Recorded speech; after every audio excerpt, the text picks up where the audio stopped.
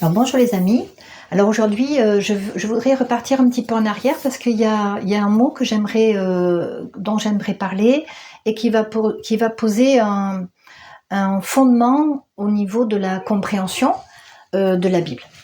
Donc on repart dans Genèse chapitre 1, verset 2-3. Il y avait des ténèbres à la surface de l'abîme, etc. Et Dieu dit que la lumière soit. Donc Dieu a relâché la lumière face aux ténèbres. Donc lumière, ça se dit or, et pour vous en souvenir, vous pensez au métal l'or qui reflète la lumière. On va aller un petit peu plus loin. Donc il est dit que Dieu fit les grands luminaires, et donc Genèse chapitre 1 verset 16, Dieu fit le grand luminaire, ici nous avons le mot luminaire. Donc on reconnaît dans le mot luminaire en fait le mot lumière, or, et comme on l'avait vu en fait, donc c'est précédé du même, et le même en fait quand c'est comme ça un mot qui existe déjà et le même devant, eh bien ça peut avoir comme sens en fait quelque chose qui est à l'intérieur ou quelque chose qui porte. Donc en effet on voit bien que le luminaire il porte ou il a à l'intérieur de lui la lumière, or. Donc il fit le grand luminaire pour présider ou pour Darby a traduit dominer, par ailleurs on voit régner, gouverner, pour gouverner au jour, et le petit luminaire pour présider, gouverner à la nuit.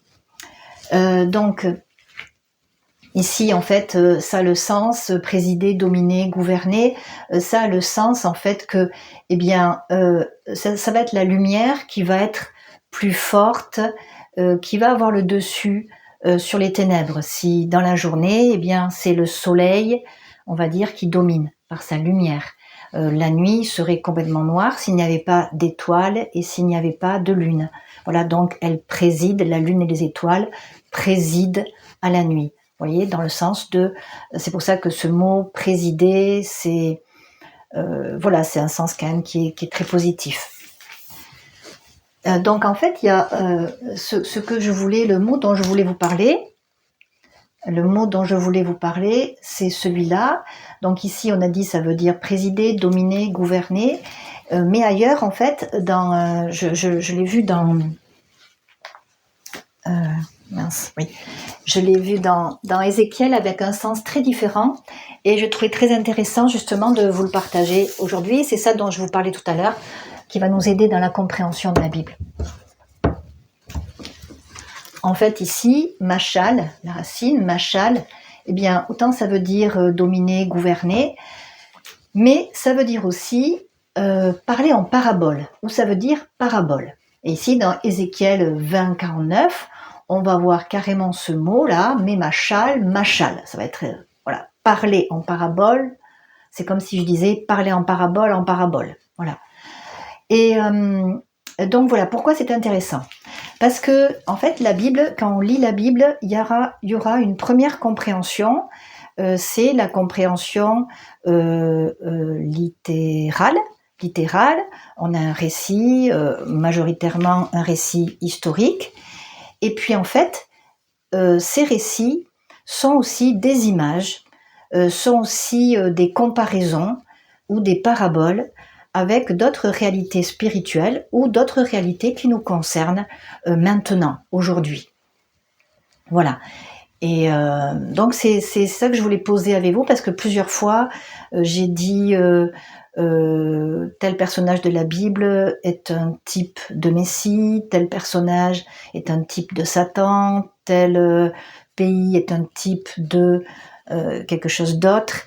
Et voilà, donc c'était juste pour appuyer ce fait qu'il y a une réalité, la première, c'est celle qu'on va lire, et puis il y en a une autre, voilà, des paraboles. Alors, par exemple, ici, ce passage, on peut regarder qu'est-ce que c'est en fait qu'est-ce qu'il peut y avoir comme deuxième lecture ou compréhension de ce passage. Quelle parabole y a-t-il ? Alors, on a dit que Dieu à relâcher la lumière, c'est-à-dire Dieu n'a pas créé la lumière, Dieu est lumière. Et donc en fait, eh bien, ceux qui reçoivent Dieu, qui reçoivent son œuvre, qui reçoivent sa lumière, eh bien, ils vont porter en eux la lumière de Dieu. Ils vont porter en eux la lumière de Dieu et donc ils vont être des luminaires. Voilà. Et donc, leur rôle, eh bien, ça va être de présider au jour, c'est-à-dire d'amener cette lumière le jour, la nuit. Voilà. Et le verset suivant nous dit et il les plaça, Dieu les plaça, les luminaires, dans l'étendue des cieux. Donc, en fait, nous devenons des, comment dirais-je, comme des citoyens du ciel, en fait, comme des citoyens du ciel, même si nous sommes sur la terre, pour éclairer la terre. Alors, dans éclairer, c'est le verbe, en fait, on a encore or ici, bon, c'est légèrement modifié, on va voir souvent, en fait, le vav qui devient un yod ou le yod qui devient un vav, on va le voir, on peut le voir assez souvent. Donc ici, éclairer, c'est le verbe qui correspond à lumière. Donc éclairer, amener la lumière sur la terre. Et parce que ben voilà, c'est tout comme dans ce passage de la Bible, on va voir au début il y a les ténèbres, on peut quand même voir que sur la terre il y a quand même des ténèbres. Il y a beaucoup de souffrance, il y a beaucoup de mal, voilà. Et c'est amener cette lumière de Dieu qui se manifeste par son amour, par son œuvre dans les cœurs, et séparer la lumière d'avec les ténèbres. Voilà.